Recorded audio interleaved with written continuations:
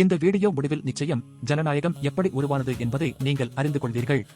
இதனை முழுமையாக கேட்டுவிட்டு உங்கள் கருத்துக்களை கூறுங்கள்.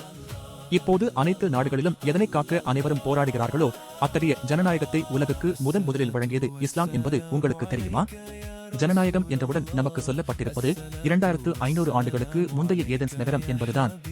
ஆனால் உண்மை என்னவென்றால், ஒரு தனி மனிதனின் உரிமையை பாதுகாத்து ஆட்சியாளரையும் கேள்வி கேட்கும் அதிகாரத்தை சாமானியனுக்கும் வழங்கி அதை ஒரு முழுமையான வாழ்க்கை முறையாக மாற்றியது இஸ்லாம் தான். கிறிஸ்துக்கு முன் 7ஆம் நூற்றாண்டிலேயே இஸ்லாம் முன்வைத்த ஜனநாயக பண்புகள் இன்றைய நவீன உலகிற்கு ஒரு முன்னோடியாகும்.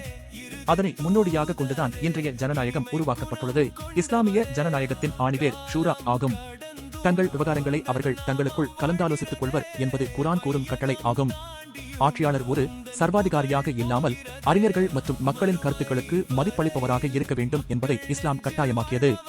இதுவே இன்றைய நாடாளுமன்ற முறைக்கு அடிப்படை. பண்டைய ஏதென்ஸ் ஜனநாயகத்தில் பெண்களுக்கு உரிமை இல்லை, அடிமைகளுக்கு சலுகை இல்லை. ஆனால் இஸ்லாம் 1400 ஆண்டுகளுக்கு முன்பே ஆட்சியாளரும் சாமானியனும் ஒரே வரிசையில் நிற்க வைத்தது. பெண்களுக்கு சொத்துரிமையையும் வாக்களிக்கும் உரிமையையும் வழங்கியது.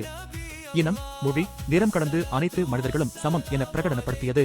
நபிகள் நாயகம் ஸல்லல்லாஹு அலைஹி வஸல்லம் அவர்கள் மதீனாவில் உருவாக்கிய மதீனா சாசனம்தான் உலகின் முதல் எழுதப்பட்ட அரசியல் அமைப்பு சட்டம். இதில் முஸ்லிம்கள் மட்டுமின்றி யூதர்கள் மற்றும் பிற மதத்தவர்களுக்கும் சமமான உரிமைகளும் பாதுகாப்பும் வழங்கப்பட்டது. பன்முகத்தன்மை கொண்ட ஒரு சமூகத்தை எப்படி ஜனநாயக ரீதியாக வழிநடத்துவது என்பதற்கு இதுவே முதல் பாடம். முதல் கலீஃபா அபூபக்கர் ரலியல்லாஹு அன்ஹு அவர்கள் பதவியேற்ற போது, நான் சரியாக நடந்தால் எனக்கு உதவுங்கள், நான் தவறாக நடந்தால் என்னை நல்வழிப்படுத்துங்கள் என்று அறிவித்தார்.